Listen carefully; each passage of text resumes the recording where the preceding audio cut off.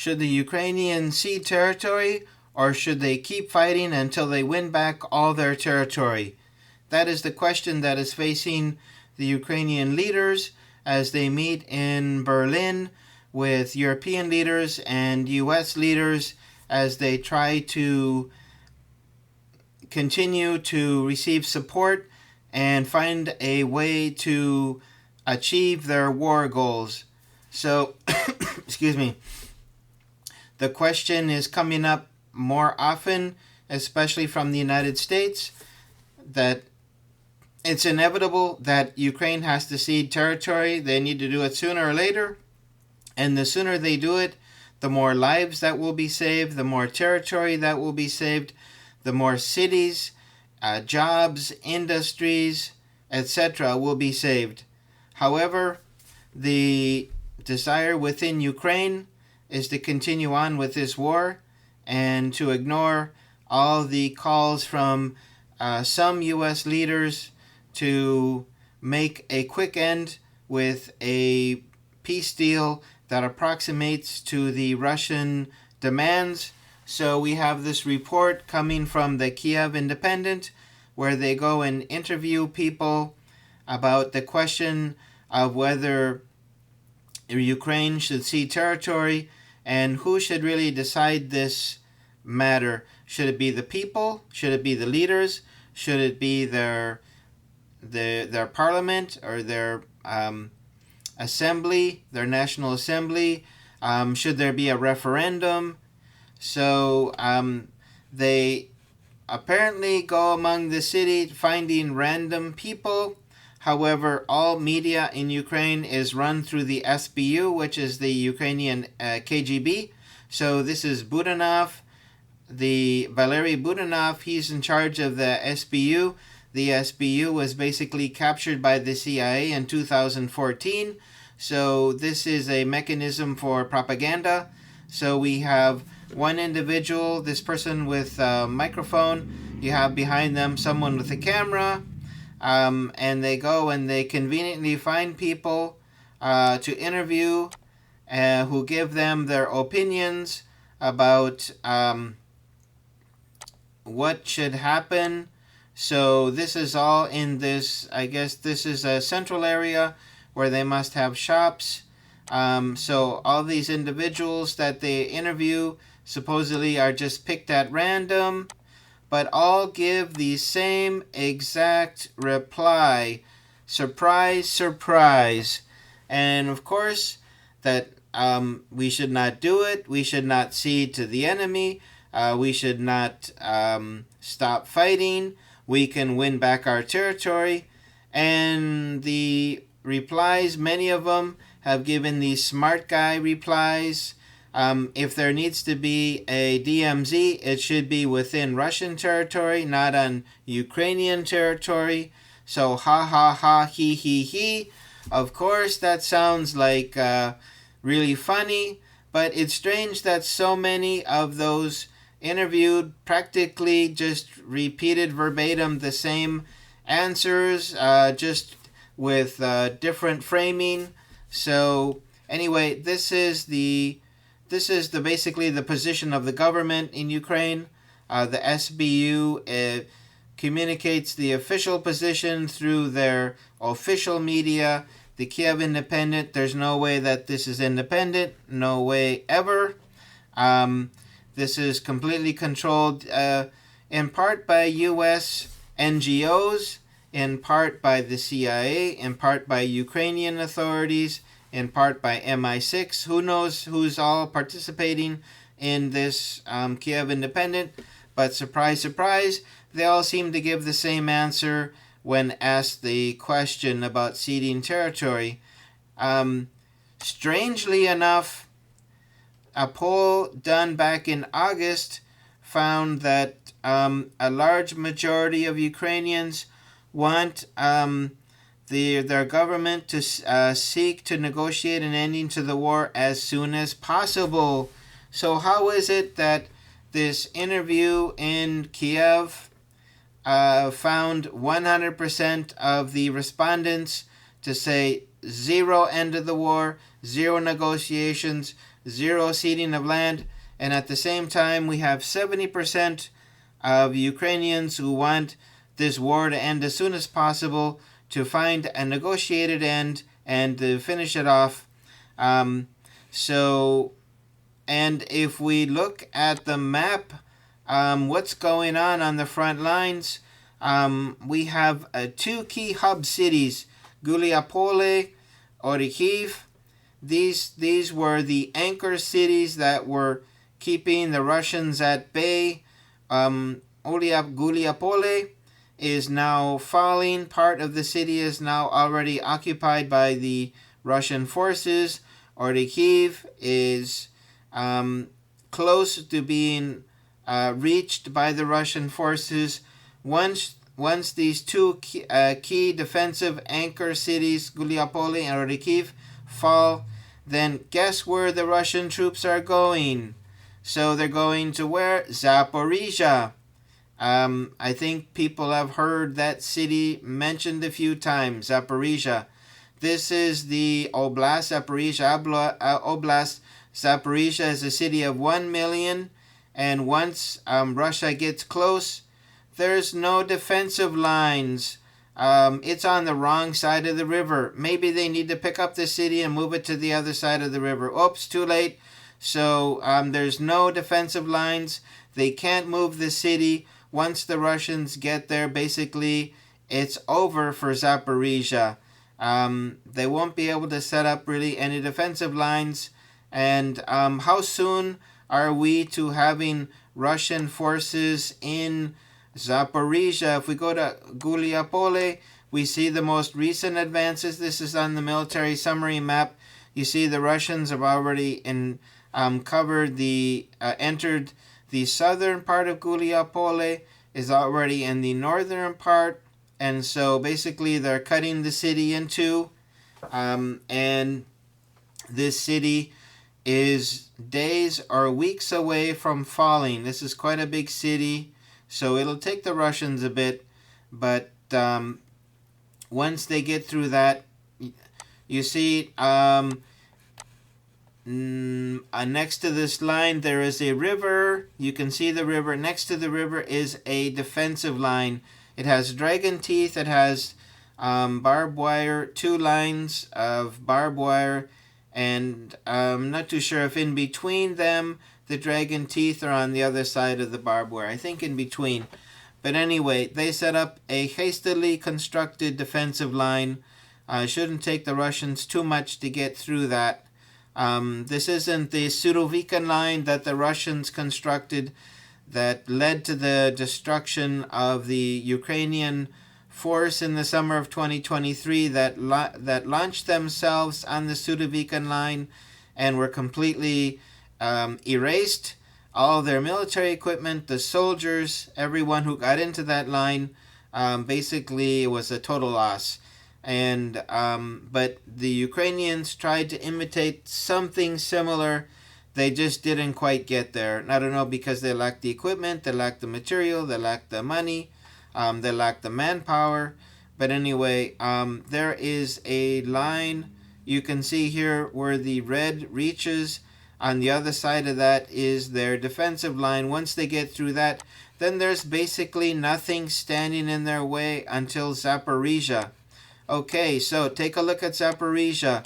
What is near Zaporizhia? Okay, not exactly near, but we can see Kherson. So once the Russians get to Zaporizhia, they cross the Dnieper River.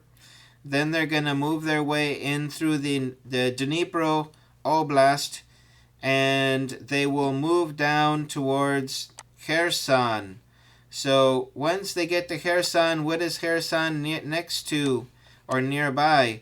Kherson is near, here we go, Kherson, Odessa. Odessa is in the distance. Once they get to Kherson, Odessa is in the sights of the Russians. Once the Russians get to Odessa, the war is basically over. Why? Because then the Russians have cut off all access to the Black Sea.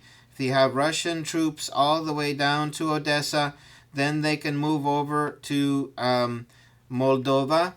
And once they have that covered, there's no getting out to the Black Sea. And if there's no getting out to the Black Sea, what happens to the Ukrainian grain? What happens to their products? How do they get resources, and how do they get reinforcements for their military? They're not going to get it once the Russians get to Odessa and they're able to cover over to Moldova. So basically, we're seeing now this war will be over basically in 3 stages.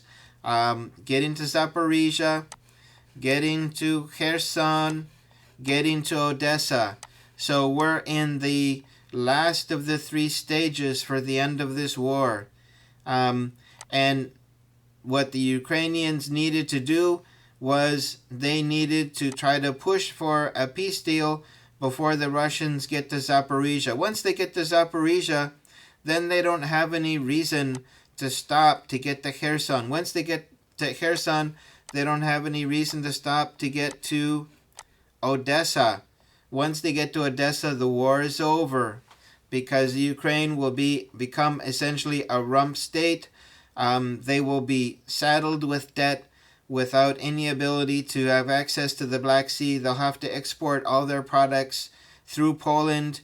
Poland will not want a lot of them. There will be big disputes. Maybe they can move some products through Romania, or possibly through Moldova, down to the Black Sea. But this will increase their costs substantially. In any case, not having access to the Black Sea will be pretty much the end of the war for Ukraine. And I could be wrong. You're welcome to leave a comment below. If the Russians get to Odessa, why would the war continue? If Ukraine no longer has access to the Black Sea, how are they going to survive as a country financially? So anyway, we're starting to see the war in its last stages. And and we have the Ukrainian forces. Where are they fighting? Are they fighting here on this line? No, they're fighting up in Kupiansk, exactly where the Russians want them to be, so that they can continue to march on towards Zaporizhia. So anyway, we got propaganda from our friends at the Kiev Independent. We have the polls. Hopefully these were somewhat objective, that say that everything said in this video is a lie. And we have the truth on the ground. We have the reality of what's going on in this conflict. And the Ukrainians are seeing the end of this war. They're kind of like, a deer in the middle of the road, seeing the headlights coming, feeling the rumbling of the car as it approaches, hearing the sound of the roar of the engine, and they're just not moving. They're going to stay there, because if they stay there, they will win. Well, you know what? When I drive on the roads, I see quite a few deer off to the side of the road. These were deer that were stood in the middle of the road, watched the headlights approach, didn't move, and then received an impact. So this is what's in the future for Ukraine, unless they negotiate a quick end to this conflict. And like I say, once Russia gets to Zaporizhia, there's no reason for them to stop, because then they only have really one oblast left. That's the Kherson Oblast. So they would have had 3 out of 4, and they're not going to just stop it because they're just about there. They will keep going. So anyway, if there was a time for Ukraine to negotiate, it's now. But we're seeing that they're pushing back on the United States' attempt to get to some hastily formulated peace deal. But anyway, it's an attempt, but the Ukrainians don't want to hear anything about it. This is the Kiev Independent is giving us the voice of the government. What you know the KGB wants us to know and to think and to understand. And of course, yes, thank you, KGB, Ukrainian KGB. But you can keep your opinion. I think the people have spoken, and they want a deal fast. They want this war to end. They want to return to their lives. They want their families to return to their homes. And we even have somebody here in this this young lady saying, you know what? The people want to be able to return to their homes. They don't want to return to destroyed homes. But if the war continues on, the homes, especially along the areas close to the front line, they're going to be destroyed one way or the other, either through Ukrainian fire or Russian fire. So saying that it's a better chance for the homes to continue to exist is by keeping the war going is totally illogical. And then think these homes that are abandoned, there's no one there. You know, who's gonna maintain the roof? Who's gonna make sure if a window is blown out? Who's gonna replace the window? And once the window gets blown out, then all the humid air comes in. There'll be mold. So this idea of just continuing on the war, and that will guarantee the conservation of these homes close to the front lines, is totally illogical. It doesn't make any sense. But this is the propaganda being pumped out by Budanov, the SBU, KGB, the real Western government, not the Donald Trump and J.D. Vance, the real governments ruling the world. They're indicating to Ukraine, this is your position, and these people are taking it. So amazing how people could just accept a national suicide so easily without any arguments. But anyway, it is about time Ukraine does something to negotiate an end. But if they don't, then this will happen. The Russians will be in Zaporizhia. Once they're to Zaporizhia, they'll be to Kherson. Once they're in Kherson, they'll be in Odessa. Once they're in Odessa, war is over. Okay, so that's my video. If you liked it, hit the like button, share, and subscribe. I'd like to see you back for another video. If you want to leave a comment, please do so below. In your opinion, do you think Ukraine should negotiate a quick end to this conflict? Do you think the Russians advancing to Zaporizhia would, do you think they would want to continue on to Kherson? I'd like to hear back from you. Thank you for your comments, and thank you to all those who are recently subscribed. I hope you have a great day. Bye-bye.